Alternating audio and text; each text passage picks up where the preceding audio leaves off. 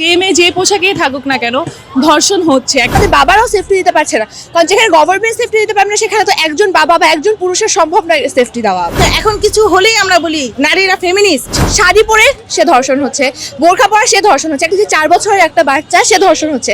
আসলে নারীরা দিনের বেলাও তো আমরা সেফ না, তেমন আমরা কিভাবে এক্সপেক্ট করি আমরা রাতের বেলা সেফটিভাবে চলতে পারবো, যেখানে রাত 10টা বাজে একটা মেয়ে একা কোথাও গেলে আমরা মোটেও সেফ ফিল করি না, বা আমাদের ভাই বা আমাদের বাবাকে নিয়ে যাইতে হয়। নর্মালি অন্য কোনো ছেলের সাথে যদি থাকি আমরা মোটেও সেখানে সেফ ফিল করি না, কারণ আমাদের পরিবেশটা ওরকম না।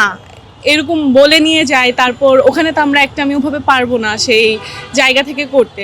তো তেমনই দিনের বেলা যেখানে একটা মেয়ে সেফ না, সেখানে রাতের বেলা একটা মেয়ে কীভাবে সেফ হইতে পারে। আর সবাই বলে যে মেয়েদের পোশাকের জন্য যে মেয়ে যে পোশাকেই থাকুক না কেন ধর্ষণ হচ্ছে। একটা ছোট বাচ্চাকে তো দেখে আকর্ষণ করার মতন কিছু নেই।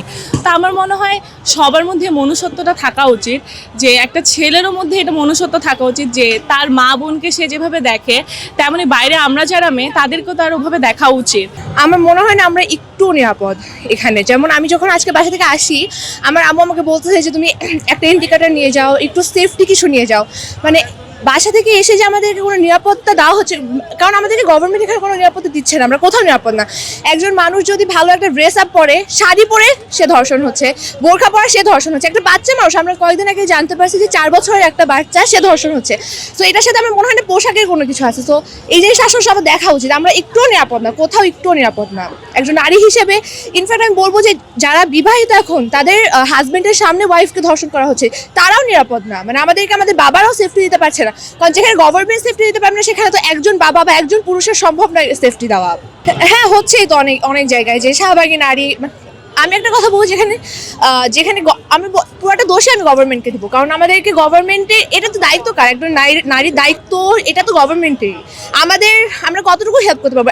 যেমন এখানে একজন নারীকে, এখানে যখন অনেক অল্প মানুষ থাকবে তখন একজন নারী নিজে পারবে না। 6টা ছেলে শক্তি আর একটা মেয়ে শক্তি অফকোর্স সেম না, সো একা নারী হয়ে পারবে না। তো বাসে নর্মালি দেখা যায় যে মেয়েদের জন্য মহিলা সিট থাকে নির্ধারিত, 9 জনের সিট থাকে। তারপর দেখা যায় পুরুষরা বসে থাকে, উঠতে বললে উঠে না। তারপরে তো অবাঞ্ছিত কিছু ধাক্কা দিল বা কিছু বাজে কমেন্ট পাস করলো, এগুলো তো আমাদের প্রতিনিয়ত সহ্য করতে হচ্ছেই।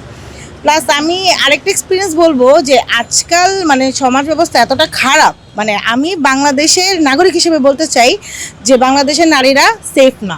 আজকালকে বলে যে নারী পুরুষ সবাই সমান। হ্যাঁ, আমি ফেমিনিস্ট না। প্রথমত আমি কখনোই বলবো না নারী পুরুষ সব দিক দিয়ে সমান। একটা পুরুষের শক্তি একটা নারীর শক্তি কখনোই সেম হয় না। একটা পুরুষ যে কাজটা করতে পারে একটা নারী করতে পারে না। সেক্ষেত্রে পুরুষরা যেহেতু বলতেছে যে নারী পুরুষ সমান না, তাহলে পুরুষদেরকে উচিত না নারীদের অগ্রাধিকার দেওয়া, বা পুরুষদেরকে উচিত না যে একটা সিট ছেড়ে দেওয়া বাসে, অথবা রাস্তায় কোনো মেয়ে যদি হ্যারাস হয় তাকে হেল্প করা। এই জিনিসগুলো কিন্তু আমরা পাই না, প্রথম কথা। দ্বিতীয় কথা হলো যে এখন কিছু হলেই আমরা বলি যে নারীরা ফেমিনিস্ট, বা নারীরা অনেক বেশি মানে ওই যে শাহবাগী নারী বলে একটা ওয়ার্ড এখন অনেক প্রচলিত, ট্রেন্ডি আমরা যেটাকে বলি, সেটা হচ্ছে শাহবাগী নারী। এখন প্রবলেমগুলো ফেস করছে বলে তো তারা শাহবাগে আসছে আন্দোলনে।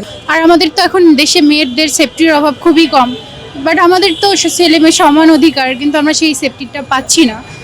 এর জন্য আমাদের সব মেয়েদের রুখে দাঁড়ানো উচিত, বা এটার একটা প্রতিবাদ করা উচিত।